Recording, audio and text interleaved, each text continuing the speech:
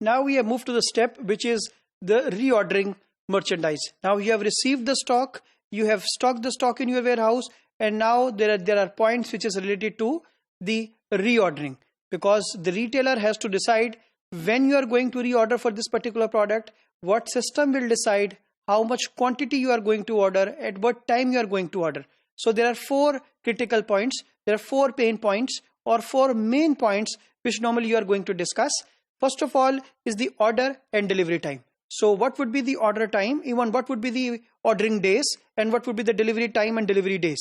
Normally at the time of the contract, once you are going to negotiate for this contract, you discuss that, for example, Monday, Tuesday and Wednesday I am going to deliver these products, or Monday, Tuesday, Wednesday maybe you are going to receive these products, or you are going to deliver these products. So ordering days, delivery days, order time, delivery time, everything has been shared with the retailer by the supplier. So it is discussed in the agreement, it is negotiated normally in the agreement, and the best part for the retailer is that a supplier can deliver 6 days a week, whenever is required, as small quantity as you can. So it is easily discussable, but of course the supplier has some constraint about the cost. So he is going to manage not only one retailer, he is going to manage the whole industry or whole set of customers which a supplier is carrying. So the second critical point is about the inventory turnover. So the retailer normally discuss with the supplier the inventory turnover. So how fast the goods can be turned out, how much is the rotation of the goods into the store. If it is about the bakery items, of course the rotation would be very high. If you talk about the refrigerator, of course the rotation of this product, the inventory turnover of these such products are normally less. So again, on the basis of the product turnover, on the rotation of the goods, it is decided that what would be the ordering level, at what quantity you will order, and when you are going to order about it. And then third critical factor is about the financial expenditures, financial outlays, financial expenses. So what are how much a retailer has to pay for the inventory and for the transportation or for other things. So what are the expenditures associated to it? What are the expenses, financial outlays associated to it?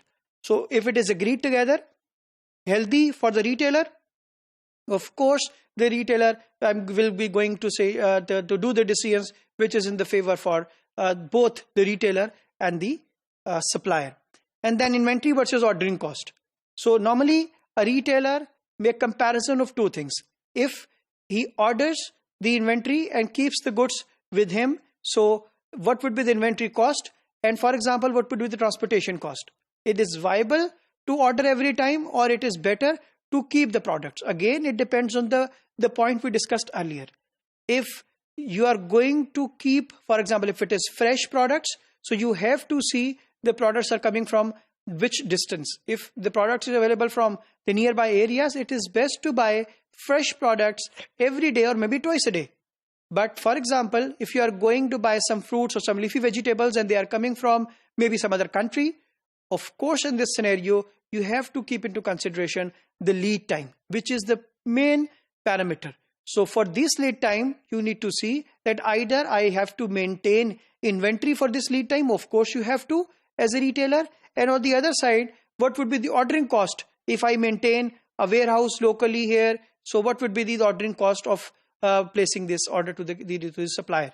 So reordering merchandise mechanism, reordering about the merchandise mechanism has to be clearly defined, because you are going to order of course for the second time, and then this will depend, the whole cycle of your store depends on your reordering level. And the main parameters in this reordering level, as just discussed with you, it was about starting from the order time, about the delivery time, about the order date, about the delivery date, about the inventory cost, about the inventory turnover, about the financial outlays. So they are all included and discussed in the agreements, and the objective of the retailer is to win all these points in the favor of retailer.